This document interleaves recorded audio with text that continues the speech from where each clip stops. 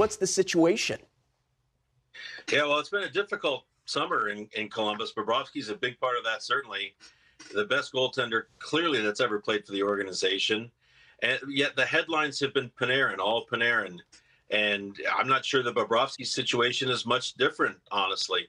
There have been at least early preliminary negotiations towards a deal. And I use the term negotiation. I think both sides put their offers or their ideas on the table, and the gulf between the two sides was seen to be substantial. They really haven't talked much recently, and it looks like Bobrovsky is going to go into the final year of his contract. And honestly, the organization doesn't know where he's headed after this season, and clearly Bobrovsky is going to hold all the cards just 1 year from now.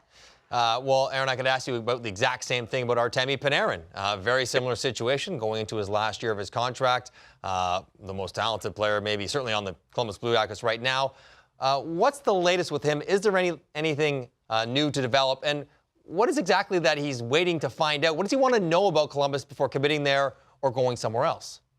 Yeah, that's a good question. His agent has spoken this summer quite a bit, but won't address what teams does he want to play for? Yeah. And I don't know how he can, because think of the awkward situation that creates in the dressing room if all of your players, your teammates around you know, geez, that team we're playing against tonight, you'd rather play for them, it appears.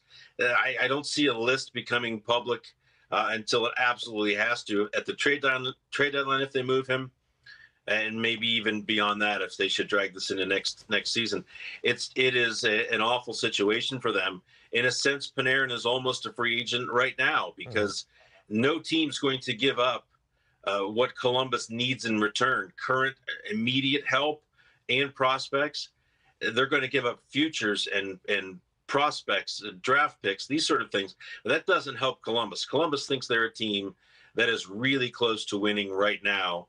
And to have the earlier question, Bobrovsky, but also Panarin, be maybe coming into their last season and maybe leaving scot-free after this season it's a very difficult pill for Columbus to swallow. And we just saw it, Aaron, in New York. The Islanders went all the way with John Tavares. He left. They got nothing.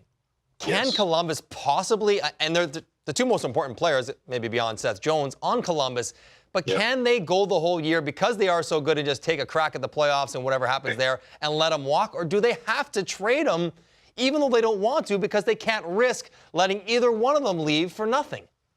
Yeah, well, I mean, it's really easy for fans and for people in the media to say, you know what, go for it. Maybe you just go for it this year. Yeah. It's really difficult in that GM's chair. They always have their eyes sort of on the horizon as well.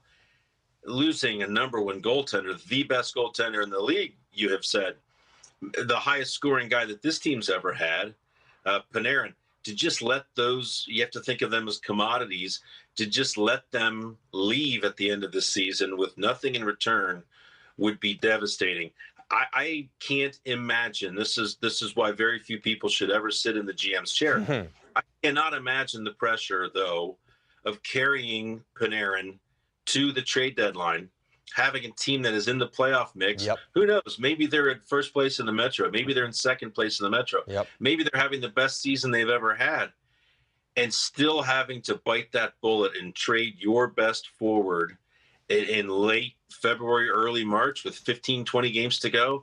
That's unconscionable to me, but I could see it coming to that if he doesn't get any assurances from Panarin that he's going to stay. I think Bobrovsky's different. I think they take him into next summer. It's a little bit different for goalies. There are only so many teams that can handle a huge payday and need a number one goaltender. That limits the market a little bit, but not a top flight forward. I think Panarin is the real fear coming into the trade deadline. The good news for Columbus fans is that with John Davidson and Jarmo Kekalainen, they have made good decisions over the years, including drafting 8th overall Zach Werenski. He has proven himself as a young defenseman to be very comfortable at the NHL level. His entry-level contract expires after this season. What do you anticipate happening there?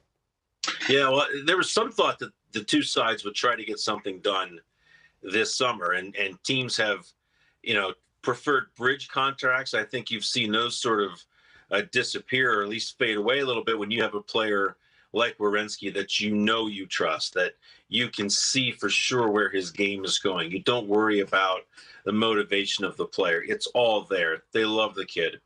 I think the hesitation to sign this year that big long-term contract may have been on the other side of the table, where Werenski, to his credit, has put up these numbers you're showing here, stunning numbers. That's just last season. He played most of the season with essentially one arm because he had a significant tear in the shoulder that was repaired surgically just after the season. This kid, the sky is the limit, and he's been banged up severely each of his first 2 years. What could he possibly do when healthy? It's certainly the numbers Seth Jones put up this most recent season. I think Werenski thinks he can go a step ahead of those. He's going to get a big payday. The raging question in Columbus and the blue line is who's going to win the Norris Trophy first? Is it going to be Seth Jones or Zach Werenski? That's how highly they think of him. That's a great problem to have. Aaron Portzline, great insights as always.